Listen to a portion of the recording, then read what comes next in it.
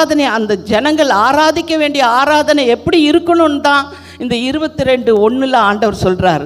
அவர் சொல்கிறாரு, உன் புத்திரனும் உன் ஏகசுதனும் உன் நேசகுமாரனுமாகிய ஈசாக்கை நீ இப்பொழுது அழைத்துக்கொண்டு. அவர் தன்னை பற்றியே சொல்கிறாரு, எனக்கு புத்திரன் தான் ஜீசஸ், எனக்கு ஏகசுதன் தான், என் நேசகுமாரன் தான் ஜீசஸ். நான் பலி கொடுக்க போகிறேன், அந்த பலி உனக்காக. நான் எதிர்பார்க்கறது அதே நேசத்தை நான் எதிர்பார்க்குறேன். ஆண்டவர் சொல்கிறார், ரெசிப்ரோகேஷன், நான் கொடுக்குறேன், உங்ககிட்ட இருந்தும் அந்த நேசத்தை நான் எதிர்பார்க்குறேன். என்னை பாவத்திலிருந்தும் சாபத்திலிருந்தும் நரகத்து பிசாசின் அடிமைத்தனத்திலிருந்தும் விடுவித்த ஆண்டவர் அவர் சொல்கிறாரு, அதுக்காக என் நேசகுமாரனை கொடுத்தேன். நான் எதிர்பார்க்கறது அதே குமாரனை நீ இழக்கிறது தான். உனக்கு பிரியம், என் வாழ்க்கை இப்படி இருக்கணும், என் வாழ்க்கை அப்படி இருக்கணும், என்னை சுற்றி இப்படி இருக்கணும், இதுதான் எனக்கு சந்தோஷம், உலகம்தான், செல்லு தான், இதுதான் அப்படின்னு இருக்கிற எல்லாத்தையும் சரண்டர் பண்ணுறதுக்கு லிசனிங். அப்ரஹாம் சொல்கிறான், ஐ ஆம் லிசனிங், நான் கேட்குறேன் ஆண்டவர். உடனே கீழ்ப்படிய முடியுது அவனால். ஒரே பையன், கேள்வி கேட்கல, யோசிக்கலை. அவனுக்கு தெரியும் ஆண்டவருடைய வாக்குத்தத்தங்கள் நிறைவேறும்.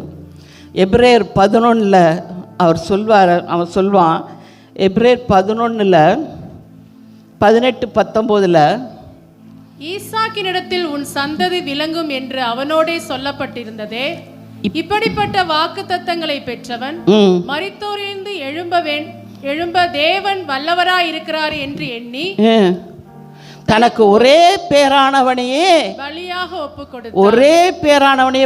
ஒப்பு கொடுத்தான்.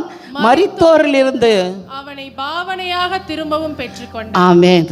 அவர் பாருங்க, அவருக்கு ப்ராமிஸ், காட்ஸ் ப்ராமிஸில் நம்பிக்கை இருக்குது.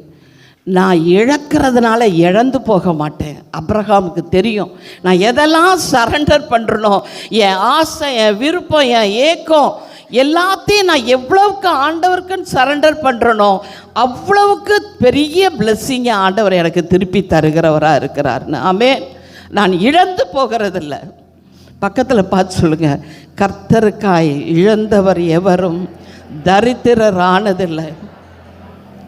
ஒரு நாளும் நம்ம அதை இழந்து போகிறது, எதை சரண்டர் பண்ணுறோமோ அதை திருப்பி 100 மடங்காய். அதான் அவர் சொல்வார்.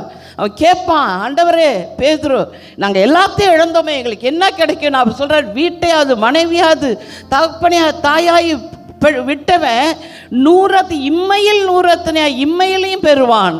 மறுமையில் மட்டும் நினச்சிக்காத, ஏதோ வந்து இல்லை, இம்மையில் நம்மளுக்கு ஒரு ப்ராமிஸ் இருக்குது. 1000 தலைமுறைகளுக்கு இரக்கம் செய்கிற தேவன், 1000 தலைமுறைகளுக்கு நம் சந்ததிகளை ஆசீர்வதிக்கிற தேவன். நாம் இழக்கிற எதுவுமே பல மடங்கு ஆசீர்வாதமாய் நமக்கும் நம்ம சந்ததிக்கு தாங்க போகுது. அதுதான் உண்மையான ஆராதனை.